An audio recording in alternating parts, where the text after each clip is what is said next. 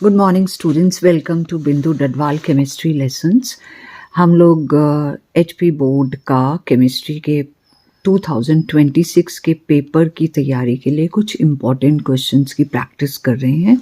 तो आज हम सॉल्यूशंस चैप्टर से जो क्वेश्चंस मोस्ट प्रोबेबल हैं, जो आपको याद कर लेने चाहिए, वो हम करेंगे। So let us begin.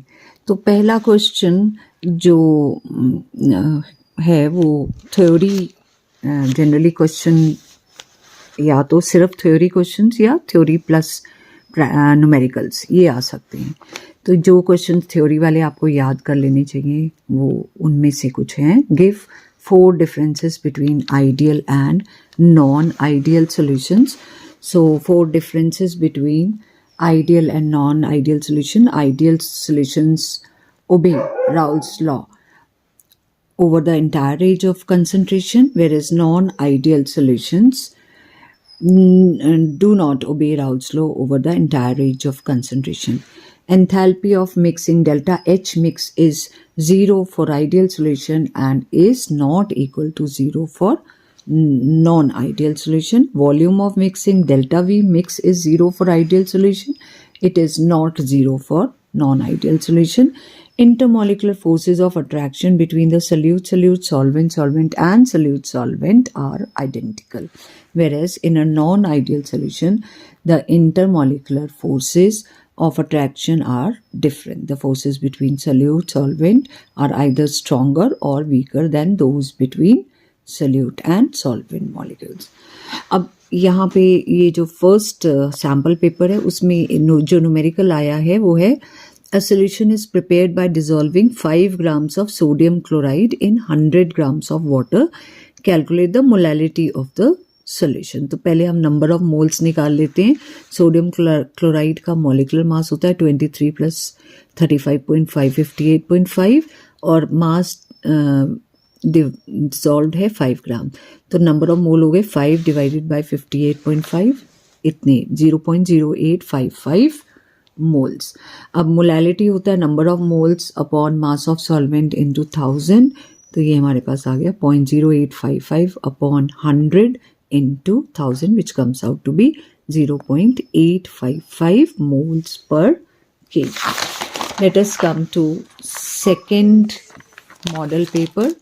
तो ये जो 5 मार्क्स के क्वेश्चंस हैं, ये model paper, second model paper में जो क्वेश्चंस आए हैं वो हैं why the solubility of Glauber's salt sodium sulphate decahydrate first increases up to 32.4 degree centigrade and then decreases.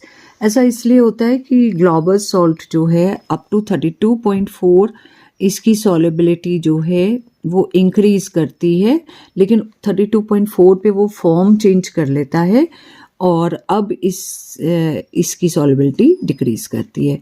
पहले वो एंडोथर्मिकली डिसॉल्व कर रहा था तो टेम्परेचर इंक्रीज करने पर सॉल्युबिलिटी इंक्रीज कर रही थी, लेकिन बाद में यही चेंज एक्सोथर्मिक हो जाती है और इंक्रीज इन टेम्परेचर से सॉल्युबिलिटी कम हो जाती है। Calculate the mole fraction of benzene in a solution containing 30% by mass in carbon tetrachloride. तो अगर बेंजीन 30% है तो कार्बन टेट्राक्लोराइड हो गया 70।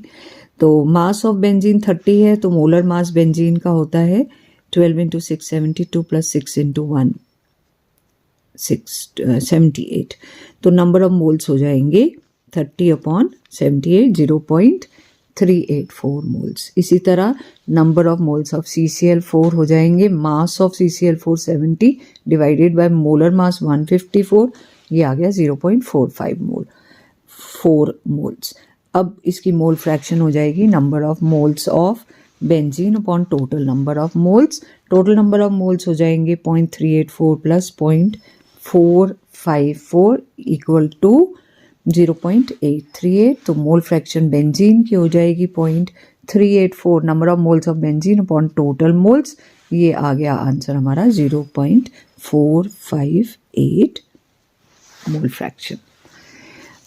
Then why does gas nearly always tend to be less soluble in liquid as the temperature is raised, क्योंकि gases की जो dissociation है ये एक्सोथर्मिक प्रोसेस है और एक्सोथर्मिक प्रोसेस पे टेम्परेचर बढ़ने पे ली चटलर प्रिंसिपल के हिसाब से रिएक्शन बैकवर्ड डायरेक्शन में जाएगा और सॉल्युबिलिटी डिक्रीज कर जाएगी.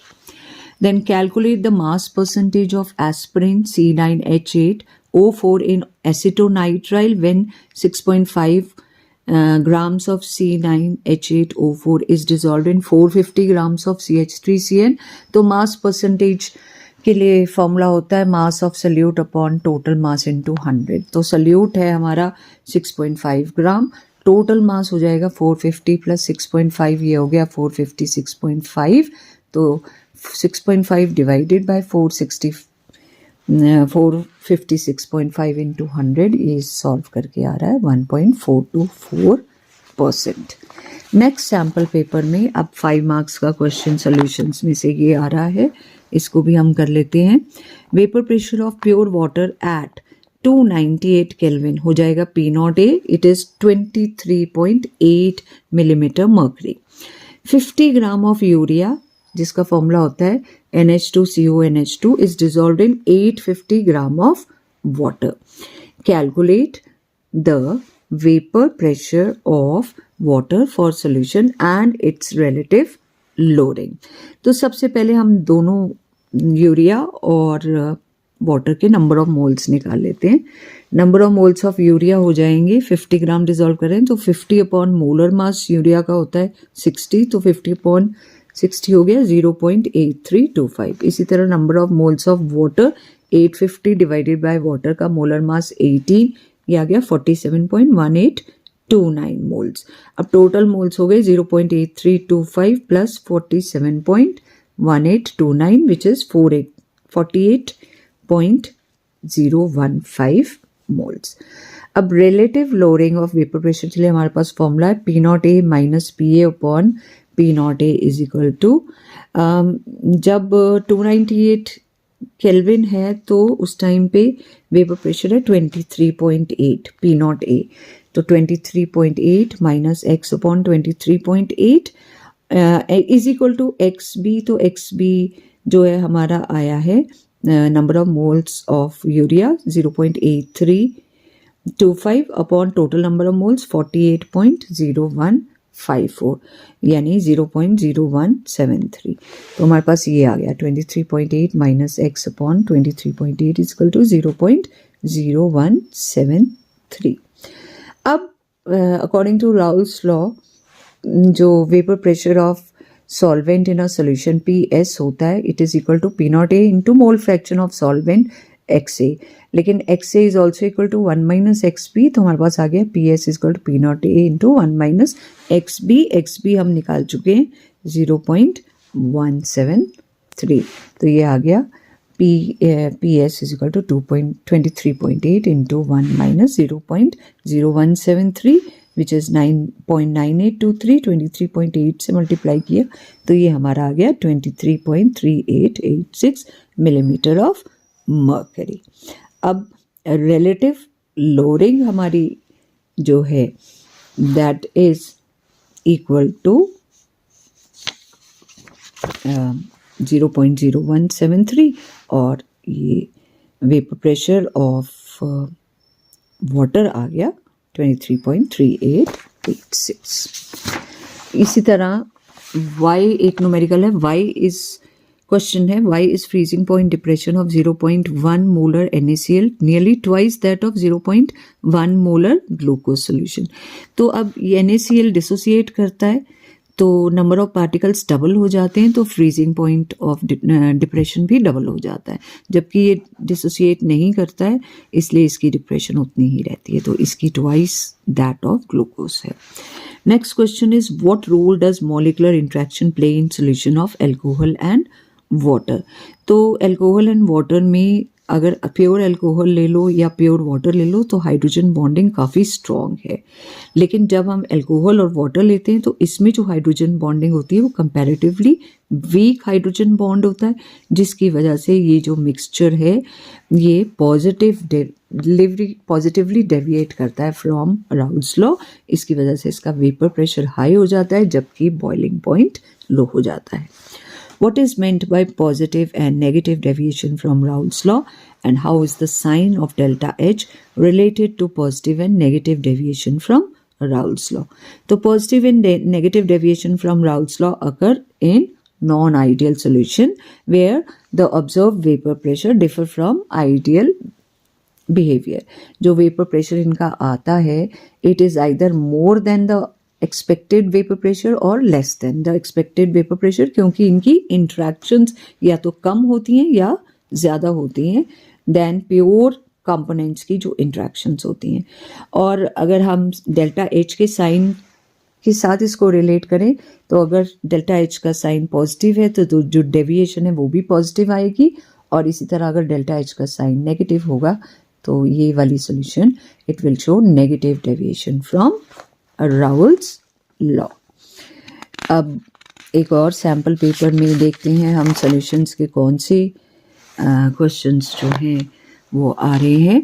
A solution containing 30 gram of non volatile solute exactly in 90 gram water has a vapor pressure of 2.8 kilopascal at 298 Kelvin.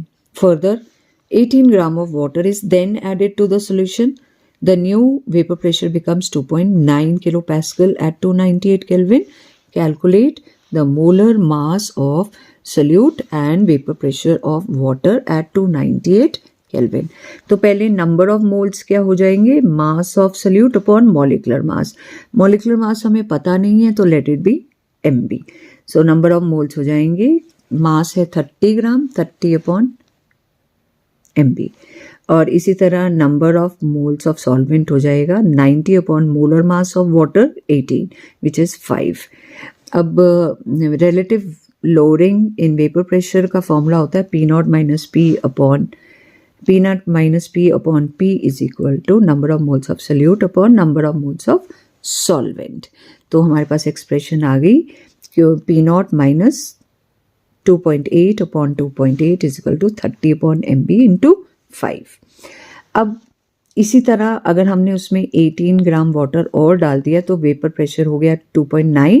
उसके लिए एक्सप्रेशन आ जाएगी P nought minus 2.9 upon 2.9 is equal to 30 upon MB into इस बार 108 90 plus 18 108 divided by 18 6 आ रहा है. तो ये यहाँ पे ये 6 है, MB इंटू 6. अब इक्वेशन 1 को इक्वेशन 2 से डिवाइड कर दे तब हमारे पास एक्सप्रेशन आता है P nought minus 2.8 upon 2.8 into 2.8 upon P nought minus 2.9 upon P nought minus 2.9 is equal to ऊपर वाली टर्म है 30 upon MB into 5 divided by ये आ गया हमारे पास 30 अपॉन MB इंटू 6. तो MB कैंसिल आउट हो जाएगा, 30 भी कैंसिल आउट हो जाएगा, और यहाँ पे इस एक्सप्रेशन को जब हम सॉल्व करेंगे तो P नॉट की वैल्यू हमारे पास आ जाएगी 3.5304 किलो पैस्कल्स.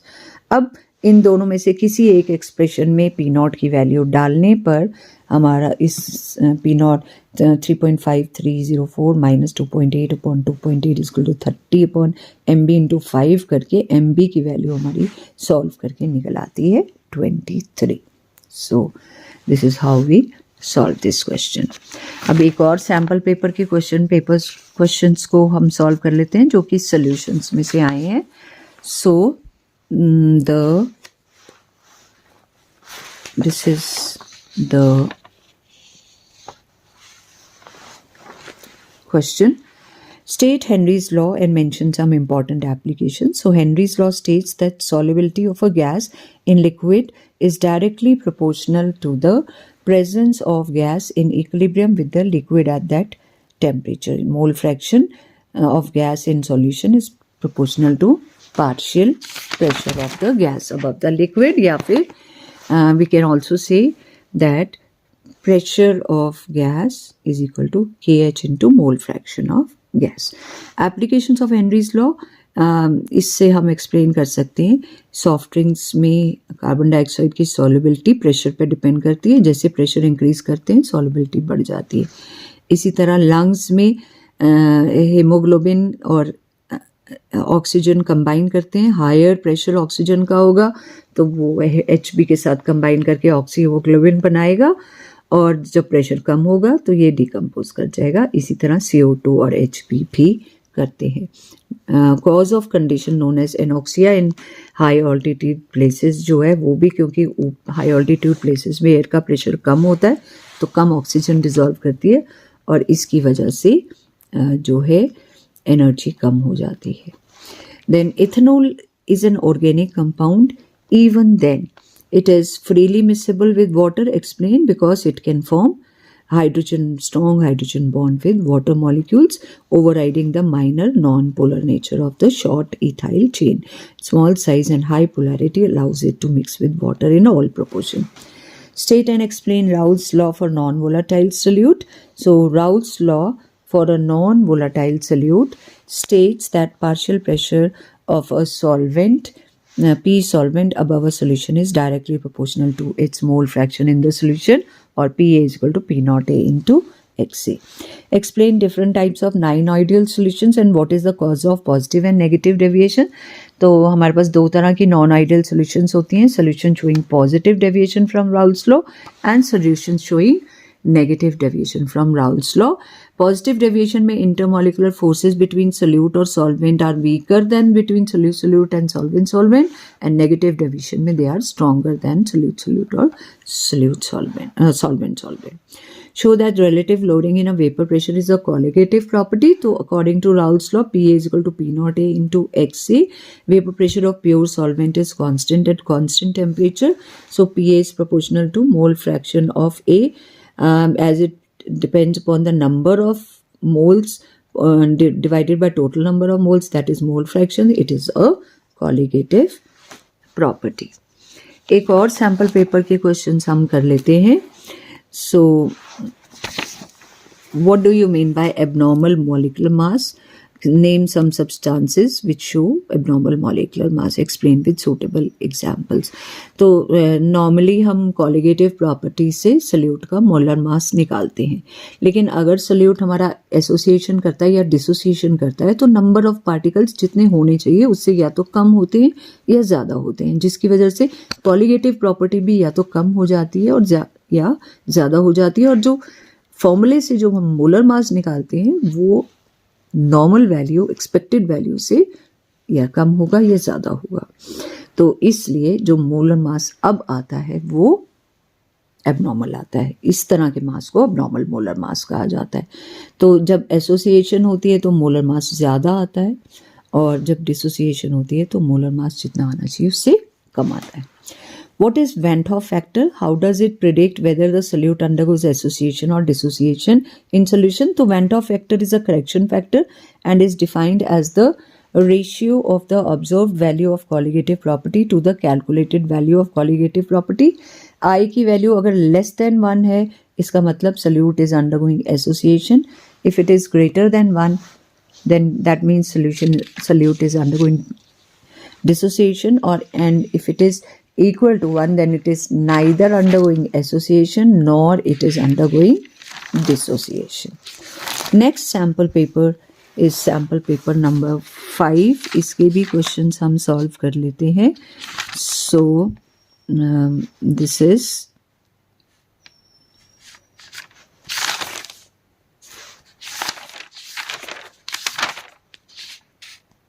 yes.